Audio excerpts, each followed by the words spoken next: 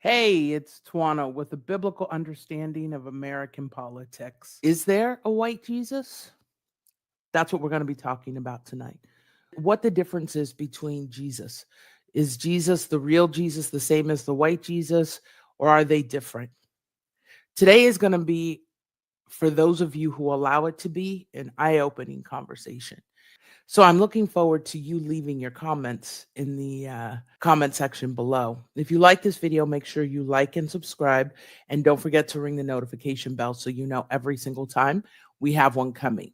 Let's get started, shall we? I want to talk to you about some things that are going on in this season in life. And recently we just had an election. And a lot of people are coming in, and now the blame game comes, right? But I have been blessed with the opportunity to sit back and to watch what's going on with both sides. Understanding how all of this began. And so let me give you kind of a brief history before we go in. A gentleman by the name of Paul Weyrich decided that he wanted America back to the way it was in the 1800s when white people had authority. And he decided that he was going to put together a plan. And so for the last 40 or so years, this is what he's been working on. He's been building. It's truly been his life's work. And so while I don't think that Paul Weyrich is a believer, what I do know is that he built his premise, his platform, off of biblical principles. So before we go any further into this introduction, let me show you the biblical principle that he used to build his foundation and ultimately win. Tonight, let's look at Genesis chapter 11, verse 6. And the Lord said, "Behold, the people is one, and they have all one language. And this they begin to do. And now nothing has been restrained from them, which they have imagined to do." I want to tell you that that verse used to hang in my classroom. And until I watched it in full form in the very strategic Republican takeover, I didn't understand the fullness of the principles. I knew that we needed to stand on principles, but I did not understand the fullness of what it all meant until I saw it acted out. So I want to use this example tonight as we set the premise for the real Jesus versus the fake Jesus. Because see, if you're not careful, what's going to happen is you're going to get caught up in the weeds. Is America getting ready to go through some hard times? Yes, they are. But within this, let's look and see what God had already laid out. Before we begin, there's one question I want to answer. And so I'm going to have my video editor play you a clip. Nothing to say. Nothing to say. To make her feel better, no silver linings. She said she prayed. She said she didn't understand how God could let this happen. And obviously I've got nothing great to say to that either. So she tried making herself feel better, and she said, well, at least I'm old. At least I won't have to live with this very long. That was her silver lining. So thank you to everybody who helped make that phone call happen for me this morning. I appreciate that. I really am envious of all of you who live so blissfully void of empathy at this point. It's gotta be nice. Now, I know a lot of you are looking to me for something, and I'm sorry. I can't even help my grandma out. I wish I had silver linings to give the rest of you, but I don't. Unless you like history documentaries, because you're getting to live through one. It's the fall of Rome, right into the rise of Germany, 1939. So whatever's left of humanity at the end of the century will certainly be making documentaries about this moment, and hey, we're the stars. I am really sorry to everybody whose lives this is going to impact in just inconceivable ways. Remember that the communities you guys built on the road here, they all still exist, and you are all still part of them. But you need to embrace them now more than ever, because the people in them need you, and you need them. You're gonna need them, especially because the fight for the soul and direction of our country isn't over, but it certainly just got a lot harder. That gentleman is one of the YouTube content creators. His name is Off Job Wagon, OFFJAWAGON. And I often will pop in to see what he's doing because his just quick wit and the way he says things is phenomenal. I keep my eye open for content at all times, but especially during this time, one of the things I have been watching are those that I know are not really believers when they say things about God. And I often want to bring that out because here's the thing: when you look at the Father, you have to understand some things. This is an automated machine, and He gave us the principles. The fact of the matter is that He gave us an amazing warning all the way along. It's just that how we read those clues, yeah, we didn't read them correctly. And so what then begins to happen is that you see this fall, and this fall seems bigger because what we do is we put our faith in people, but we can never put our faith in people. And I think that that's one of the things that this recent election just taught us. It's not about putting your faith in people, it's about understanding who it is that is always in control of this. And when I say that He's in control of this, here's what I want you to hear, and here's what I want you to understand. If you stand on His principles, you will be successful. You see, what you're seeing with MAGA was a long game. Now, I want you to understand something. While you have a right to be angry, there's a lot that you need to look at. And there are specific people that you need to be angry with, not the Father, but the people. Today, I really want to focus on the topic at hand, and that's the Father. And the reason that I paid you that clip is this. His grandmother asked, why would God let this happen? God didn't. We have to stop blaming God for the evil that men do. We have to. You know, God's very clear. I wish that you were hot or cold, but because you're lukewarm, I will spit you out of my mouth. The man who started this movement was hot. He was very hot. Now, what he was hot for was hatred. So how you look at that, whether you consider him hot or you consider him cold, it doesn't matter. What matters is that he was one or the other. He was not lukewarm. And he managed to take an entire country and take it to Nazi Germany. So that means that as you think about these things, you need to become more strategic in how you think about them. While you're sitting out there going, we're going to put together a resistance. The resistance during the Nazi regime did not come from inside of Germany. It came from the outside.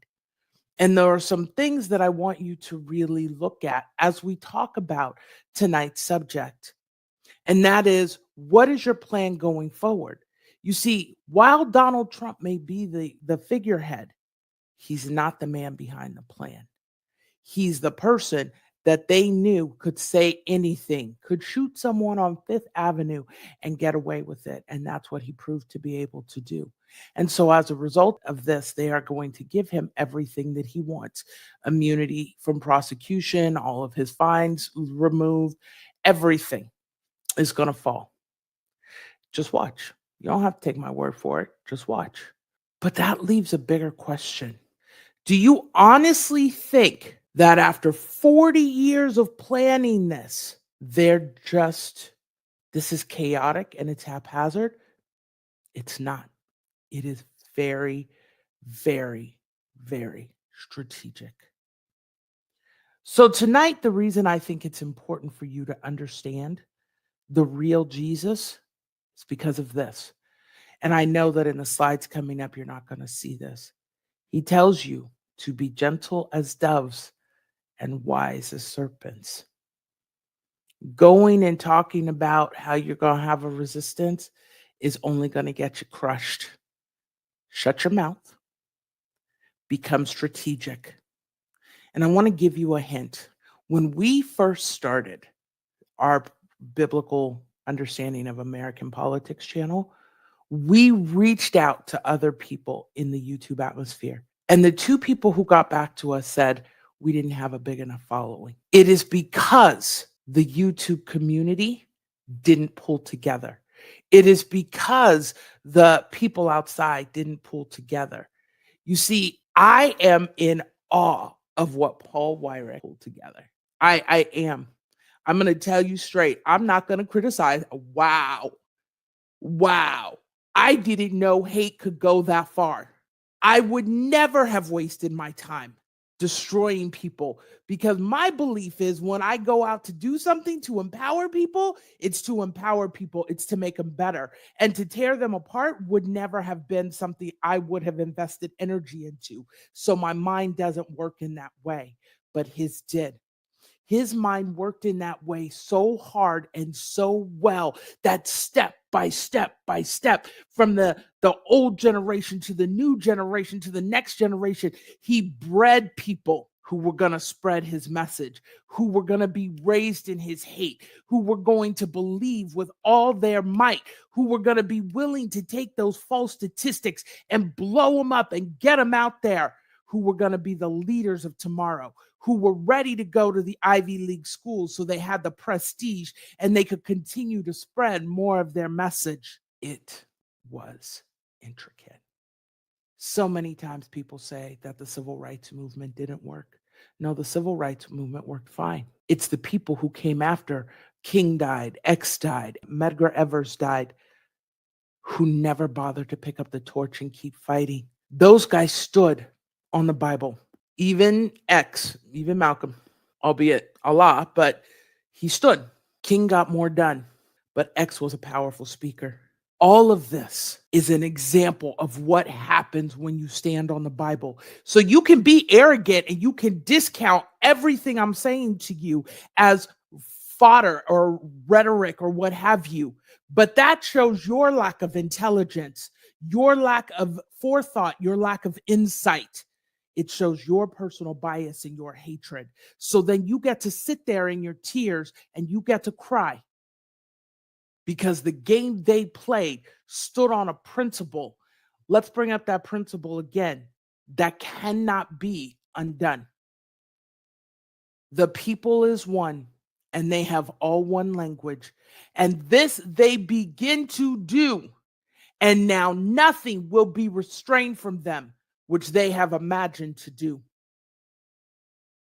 That's what they did. They stood on that principle. You don't have to like it. You can be angry, but don't be angry at God. Be angry at men. Be angry at men because they discounted the one powerhouse that was going to happen. You can be angry at this time, but do not miss the power that the Bible contains, that those principles, standing on those principles, could do for good or for evil. How many times have I told you the principles will stand? And now you get to see it. You are watching it acted out. From the election of Marjorie Taylor Greene, Rand Paul, all of them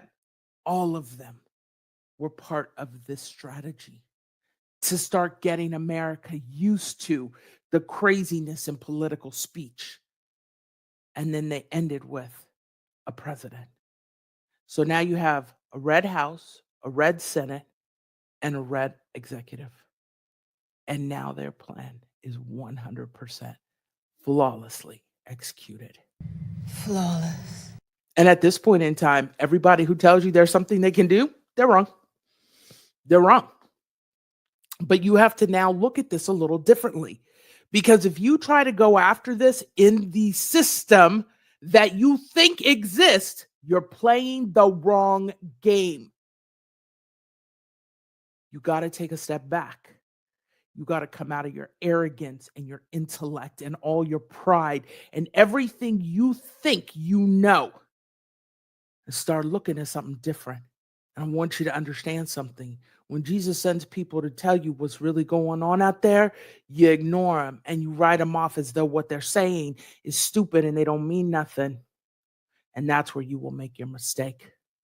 And that's where you will begin to see that this American system that you think is real isn't real.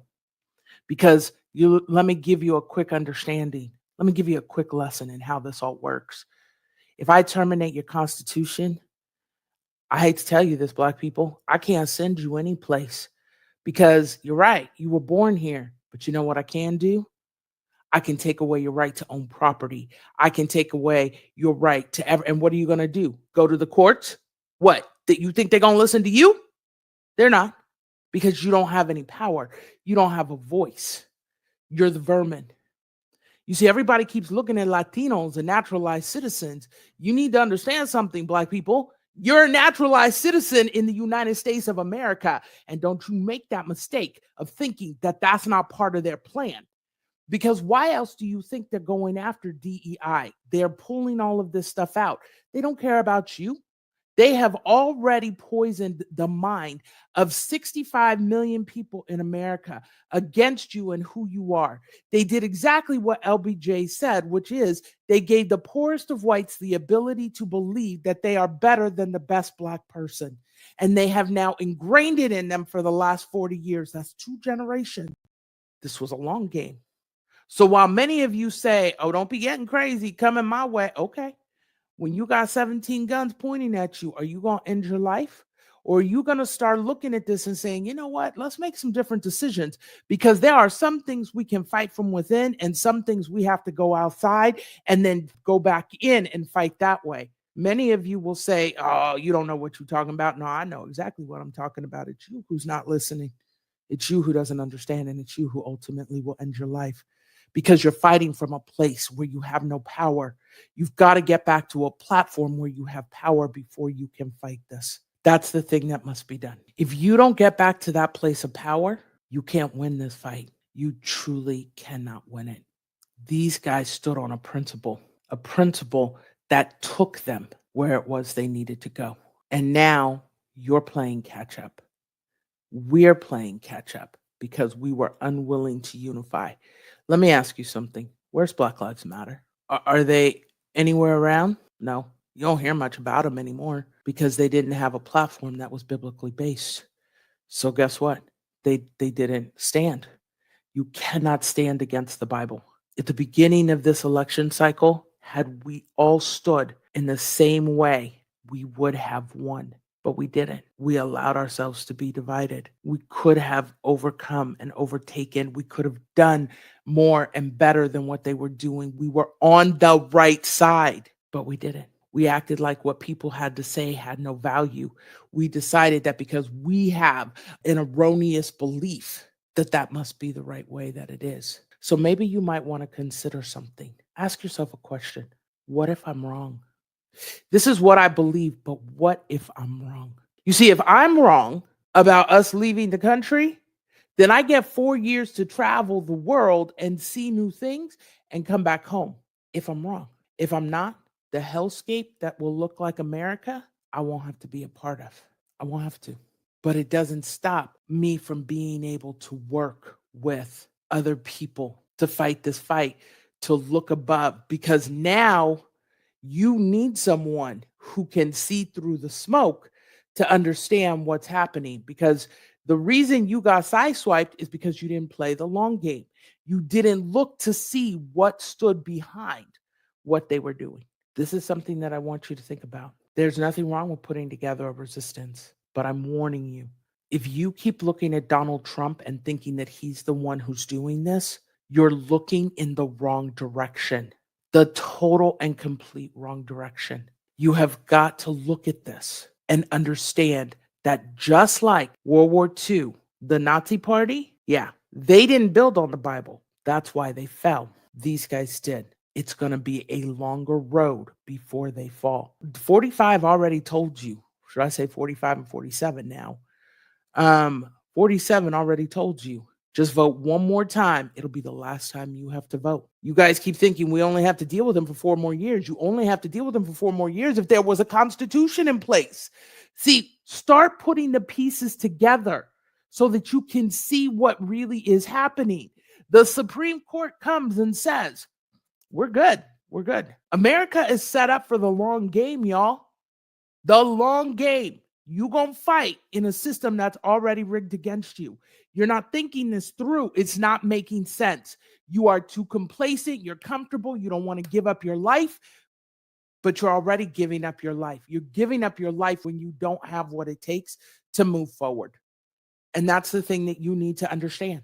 You know, if you have time to partner with someone and to get some things in order, get your things in order. But I hate to tell you this, when Germany needed saving, it was us who came in. Who do you think is coming to save America? Because while Paul Weyrich and his crew think that Black people don't have any value, that we don't bring anything to the table, that we don't this, we don't that, they will soon find out in less than a generation that the people who did the most didn't look like them. They stood on our ideas. They took our ideas over and over and over again.